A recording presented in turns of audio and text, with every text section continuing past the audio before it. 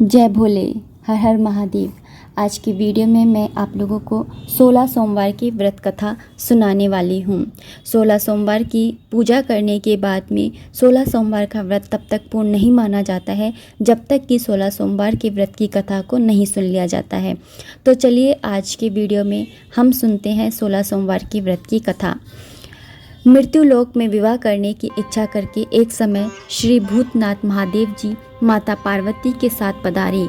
वहाँ वे भ्रमण करते करते विदर्भ देशांतर्गत अमरावती नाम की अति रमणीक नगरी में पहुँचे।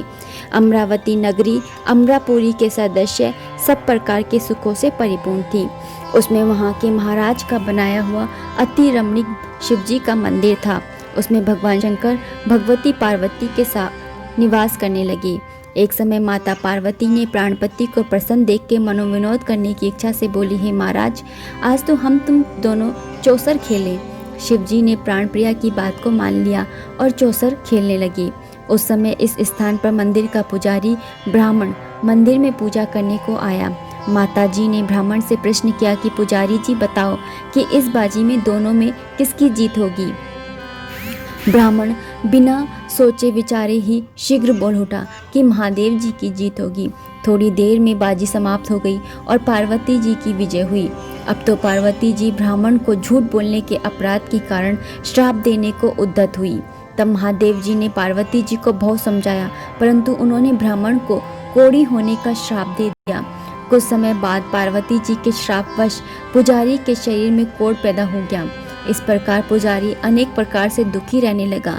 इस तरह के कष्ट भोगते हुए जब बहुत दिन हो गए तो देवलोक की अप्सराएं शिवजी की पूजा करने उसी मंदिर में पधारी और पुजारी के कष्ट को देखकर बड़े दया भाव से उससे रोगी होने का कारण पूछने लगी। पुजारी ने निसंकोच सब बातें उनसे कह दी। वे अप्सराएं बोली, हे पुजारी, अब तुम अधिक दुखी मत होना। भगवान शिवजी तुम्हारे कष्ट को दूर कर देंगे। तुम सब बातों में श्रेष्ठ 16 सोमवार का व्रत भक्ति भाव से करो। तब पुजारी अप्सराओं से हाथ जोड़कर विनम्र भाव से 16 सोमवार व्रत की विधि पूछने लगा।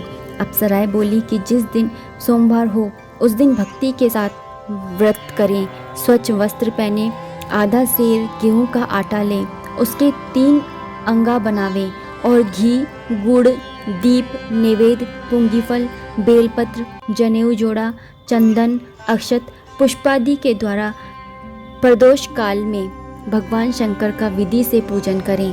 तत्पश्चात अंगाओं में से एक शिवजी को अर्पण करें, बाकी 2 को शिवजी का प्रसाद समझकर उपस्थित जनों में बांट दें और आप भी प्रसाद पावें। इस विधि से 16 सोमवार व्रत करें।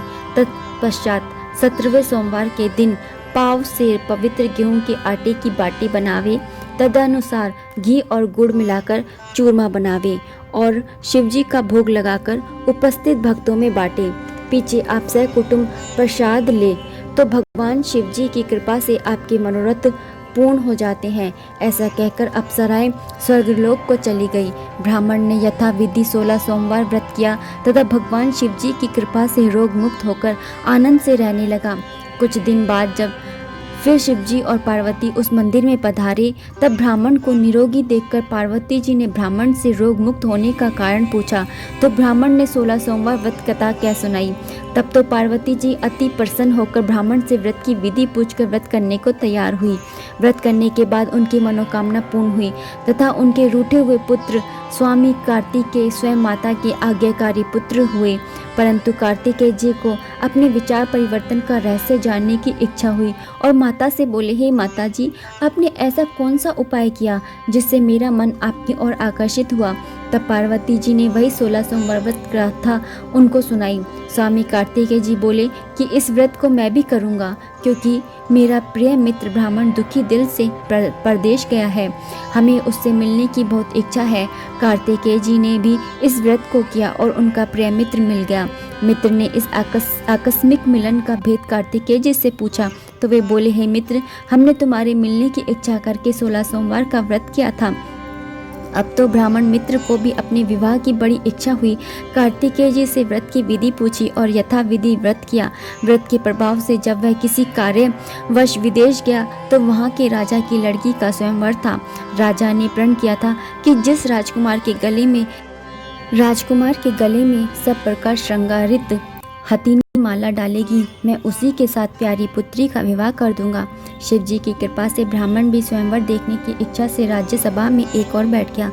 नियत समय पर हथिनी आई और उसने जयमाला उस ब्राह्मण के गले में डाल दी। राजा की प्रतिज्ञा के अनुसार बड़ी धूमधाम से कन्या का विवाह उस ब्राह्मण के साथ कर दिया और ब्राह्मण को बहुत सा धन और सम्मान देकर संतुष्ट किया। ब्राह्मण सुंदर राजकन्या पाकर सुख से जीवन व्यतीत करने लगा। एक दिन राजकन्या ने अपने पति से प्रश्न किया, हे प्राणनाथ, आपने ऐसा कौन सा भारी पुण्य किया जिसके प्रभाव से हथिनी ने सब राजकुमारों को छोड़कर आपको वरण किया। ब्राह्मण बोला, हे प्राणप्रिय, मैंने अपने मित्र कार्तिकेय जैसे के कथानुसार 16 सोमवार का व्रत किया था, जिसके प्रभाव से मुझे तुम जैसी स्वरूपवान लक्ष्मी की प्राप्ति हुई। व्रत की महिमा को सुनकर राजकन्या को बड़ा आश्चर्य हुआ और वह भी पुत्र की कामना करके व्रत करने लगी। शिव जी की दया से उसके गर्भ से एक अति सुंदर, सुशील, धर्मात्मा और विद्वान पुत्र उत्पन्न हुआ। माता पिता दोनों उस देवपुत्र को पाकर अति प्रसन्न हुए और उसका लालन पालन भली प्रकार से करने लगे। जब पुत्र समझदार हुआ तो एक दिन उसने अपनी माता से प्रश्न किया कि माँ, तूने कौन सा तप किया है जो मेरे जैसा पुत्र तेरे गर्भ से उत्पन्न हुआ। माता पुत्र का प्रबल मनोरथ जान के अपने किए हुए 16 सोमवार व्रत को विधि के सहित पुत्र के सम्मुख प्रकट किया। पुत्र ने ऐसे सरल व्रत को सब तरह के मनोरथ पूर्ण करने वाला व्रत सुना तो वह भी इस व्रत को राज्याधिकार पाने की इच्छा से हर सोमवार को यथाविधि व्रत करने लगा। उसी समय एक देश के वृद्ध राजा के दूतों ने आकर उसकी एक राजकन्या के लिए वर्ण किया। राजा ने अपनी पुत्री का विवाह ऐसे सर्वगुण संपन्न ब्राह्मण युवक के साथ करके बड़ा सुख प्राप्त किया।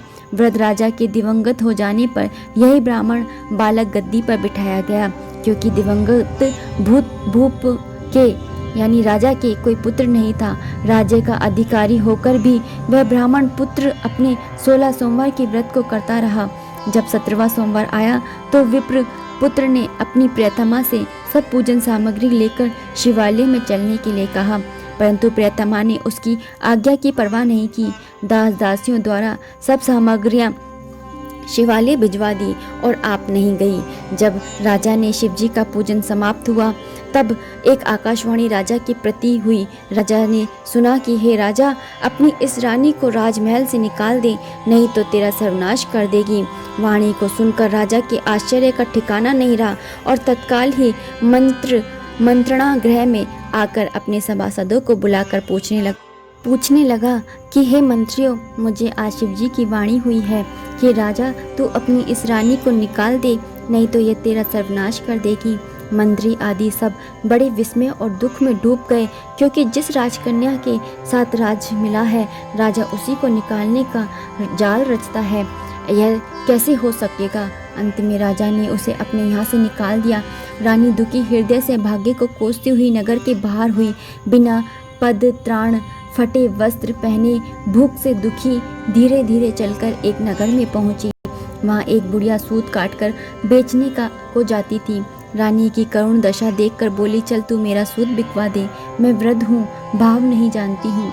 ऐसी बात बुढ़िया की सुन रानी ने बुढ़िया के सर से सूत की गठरी उतार अपने सर पर रखी। थोड़ी देर बाद आंधी आई और बुढ़िया का सूत पोटली के सहित उड़ गया। बेचारी बुढ़िया पछताती रह गई और रानी को अपने साथ से दूर रहने को कह दिया। अब रानी एक तेली के घर गई तो तेली के सब मटके शिवजी के प्रकोप के कारण चटक गए। ऐसी दशा देख तेली ने रानी को अपने घर से निकाल दिया। इस प्रकार रानी अत्यंत दुख पाती हुई सरिता के तट पर गई तो सरिता का समस्त जल सूख गया। तत्पश्चात रानी एक वन में गई। वहां जाकर सरोवर में सीढ़ी से उतरकर पानी पीने को गई। उसके हाथ से जल स्पर्श होते ही सरोवर का नीलकमल के सदृश जल असंख्य कीड़ों में गंदा हो गया।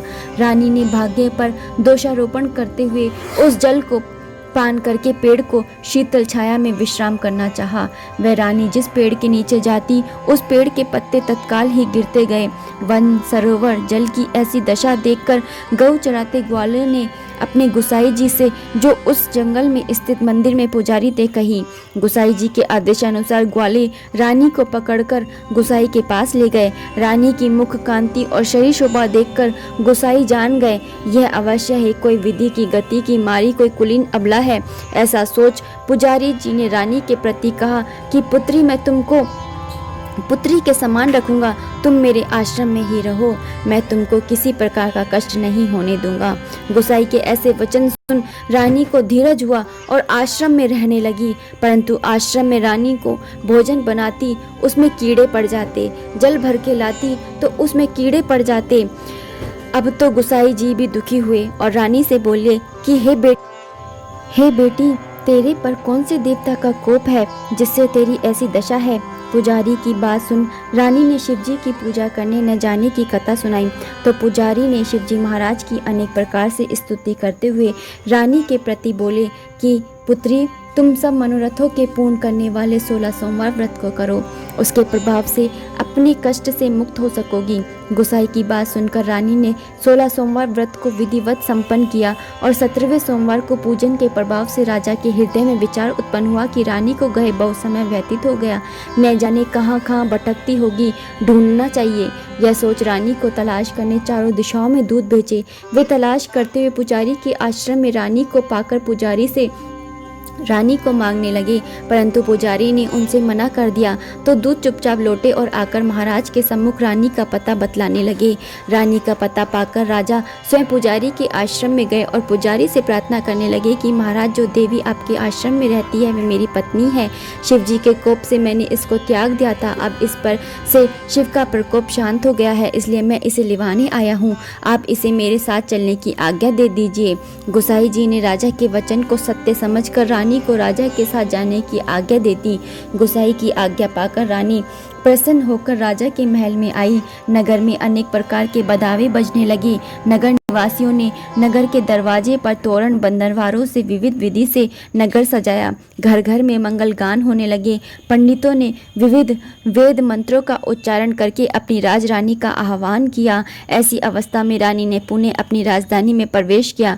महाराज ने अनेक तरह से ब्राह्मणों को दान आदि देकर संतुष्ट किया। याचकों को धन धान्य दिया। नगरी में स्थान स्थान पर सदा व्रत खुलवाए, जहाँ भूखों को खाने को मिलता था। इस प्रकार से राजा शिवजी की कृपा का पात्र हो राजधानी में रानी के साथ अनेक तरह के सुखों का भोग करते सोमवार व्रत करने लगे। विधिवत शिव पूजन करते हुए लोक में अनेकानेक सुखों को भोगने के पश्चात शिवपुरी को पधारे। ऐसे ही जो मनुष्य मन वचन कर्म द्वारा भक्ति सहित सोमवार का व्रत पूजन इत्यादि विधिवत करता है, वह इस लोक में समस्त सुखों को भोग कर अंत में शिवपुरी को प्राप्त होता है। यह व्रत सब मनोरथ को पूर्ण करने वाला है। तो बोलिए भोलेनाथ बाबा की जय।